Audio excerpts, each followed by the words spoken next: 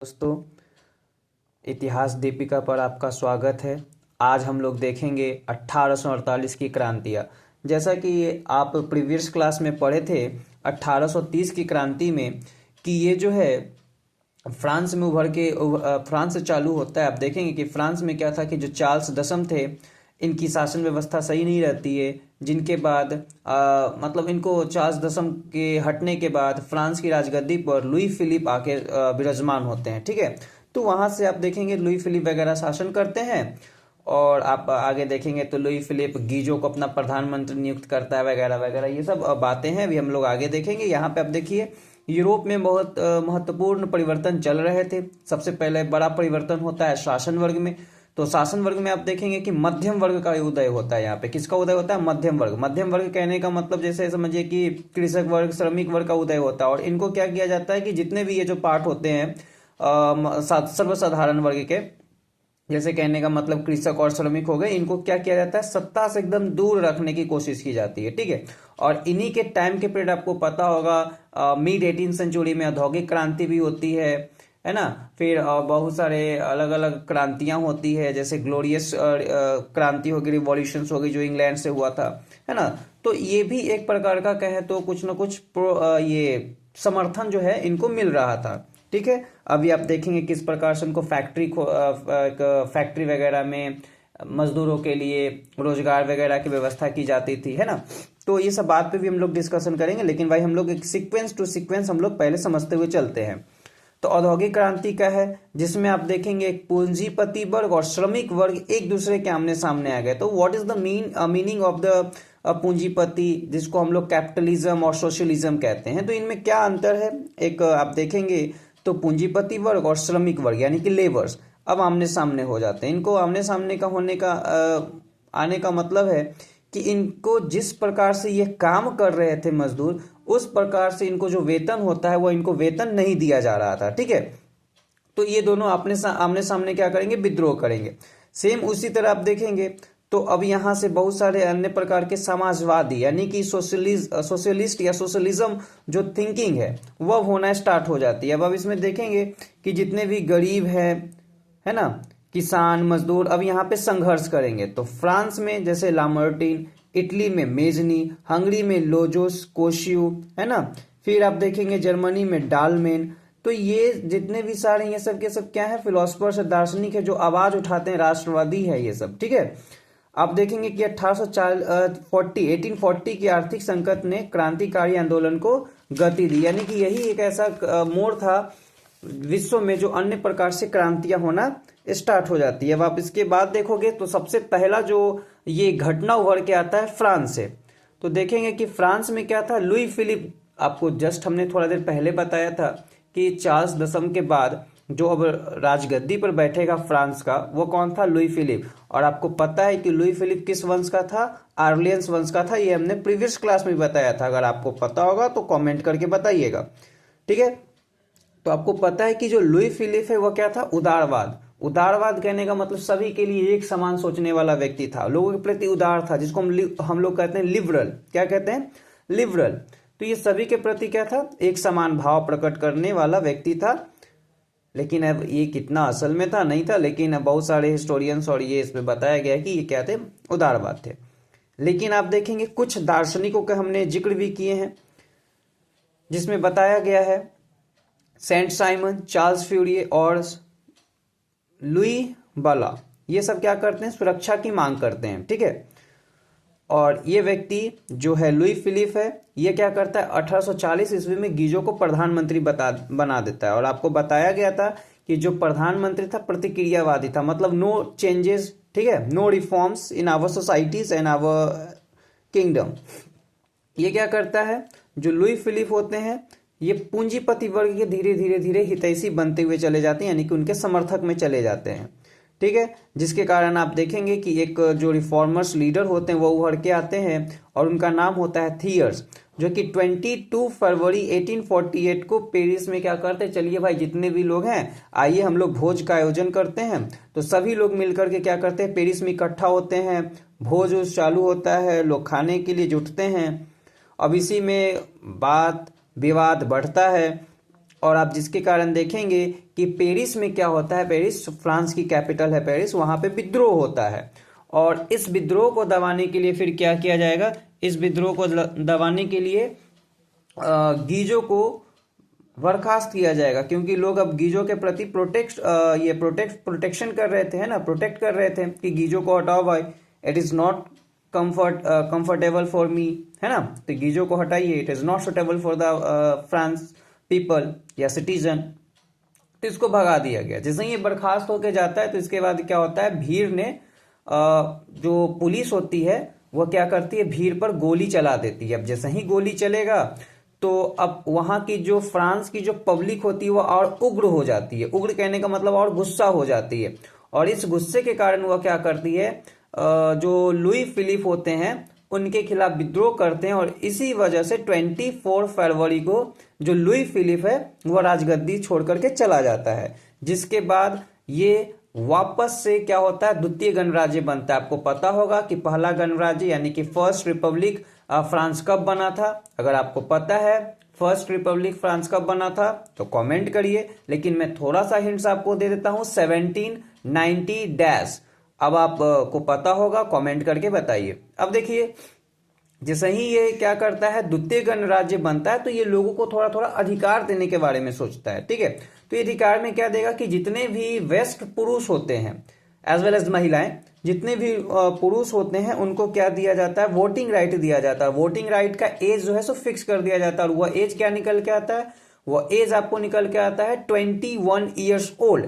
जितने भी 21 साल के जो लोग होंगे वह क्या कर सकते हैं, वोट यानी कि मताधिकार दे सकते हैं, अपना मत दे सकते हैं। और यहीं पे फिर क्या होता है कि जो लोग, जैसा आपको थोड़ा देर पहले बताया था, पूंजीपति, और आप कार्ल मार्क्स की थ्योरी भी पढ़ेंगे तो आपको उसमें पता चलेगा, वर्ग संघर्ष, वर्ग समन्वय जैसे बातों को पता चलेगा। ये आपका नेक्स्ट चैप्टर 2 है, ठीक है, उसमें है, उसमें वो चैप्टर भी आप लोग को पढ़ाएंगे, लेकिन पहले आप लोग चैप्टर 3 का एंजॉयमेंट करिए, है ना। अब देखिए मजदूरों के लिए क्या किया गया, कारखाना खोला गया, उनको सारी सुविधाएं देने लगी, उनको वहां पे नौकरी दी जाने लगी, उनको रहने के लिए घर वगैरह, है ना, ट्रांसपोर्टेशन की व्यवस्था सब दी जा रही थी, जिसके कारण उनको यहाँ पे देखिए, यहाँ पे करा बेकारी भत्ता। ये बेकारी भत्ता होता है मतलब एक तरह से पेंशन टाइप का समझिए, उनको मिला करता था, ठीक है।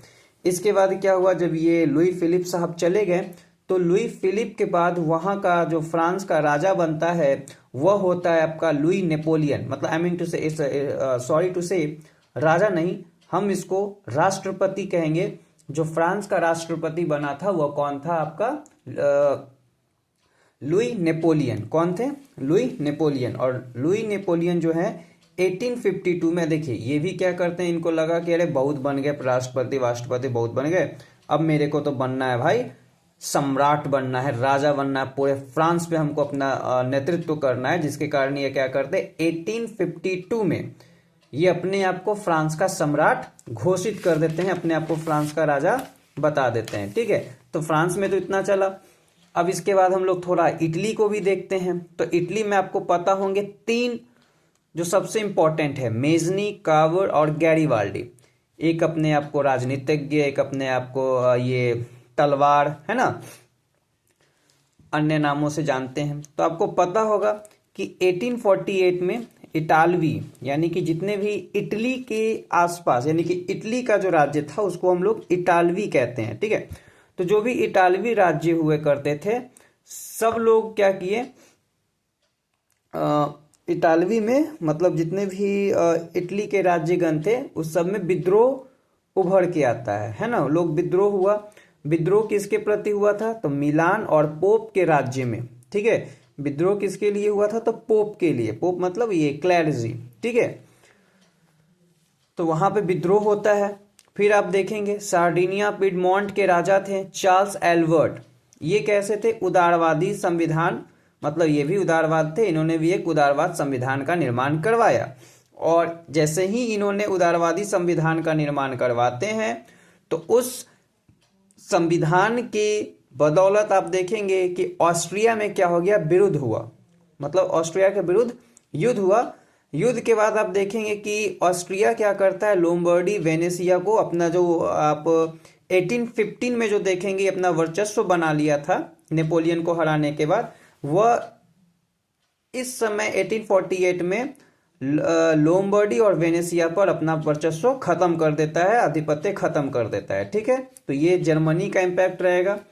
जब आप देखेंगे, सॉरी, इटली का रहेगा। जब आप जर्मनी के में देखेंगे तो जैसे ही मेटरनिक का पतन हो जाता है, मेटरनिक खत्म हो जाता है, तो लोग एक बहुत चैन की सांस लेते हैं। और इस चैन की सांस में क्या होता है कि लोग अब सीधे जर्मनी में विद्रोह करना स्टार्ट करेंगे। जर्मनी में क्या करेंगे?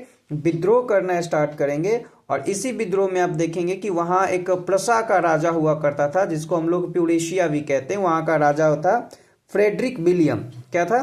Frederick William. ये कहता है कि चलो भाई, हम एक वैधानिक शासन बनाएंगे, एकदम वैधानिक तरीके से हम शासन वगैरह करेंगे। वैधानिक करने का मतलब कि नियम से, संविधान वगैरह हम बना करके हम शासन करेंगे। ठीक है, तो संविधान बन गया, शासन कर रहा था। इसके साथ मतलब आप देखेंगे जैसे ही बवेरिया जो थे, बवेरिया के राजा, वो भी गद्दी छोड़ दिए, क्योंकि धीरे धीरे वैधानिक संविधान को फैलाना था।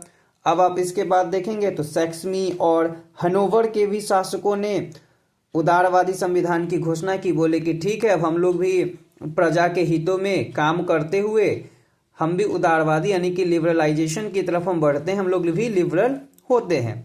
यही कारण है कि 18 मई 1848 को सर्व जर्मन नेशनल असेंबली की सर्व जर्मन नेशनल असेंबली निर्वाचित सदस्यों में क्या करते हैं? फ्रैंकफर्ट संसद का निर्माण करते हैं। तो याद रखिएगा, फ्रैंकफर्ट संसद का निर्माण या फ्रैंकफर्ट संसद का गठन 18 मई यानी कि 18 मई 1848 को सर्व जर्मन नेशनल असेंबली के जितने भी सदस्य थे, है ना, सर्व जर्मन नेशनल असेंबली के जितने भी निर्वाचित सदस्य थे, उन सभी ने मिलकर क्या किया कि चलिए आज से हम फ्रैंकफर्ट संसद का गठन करते हैं।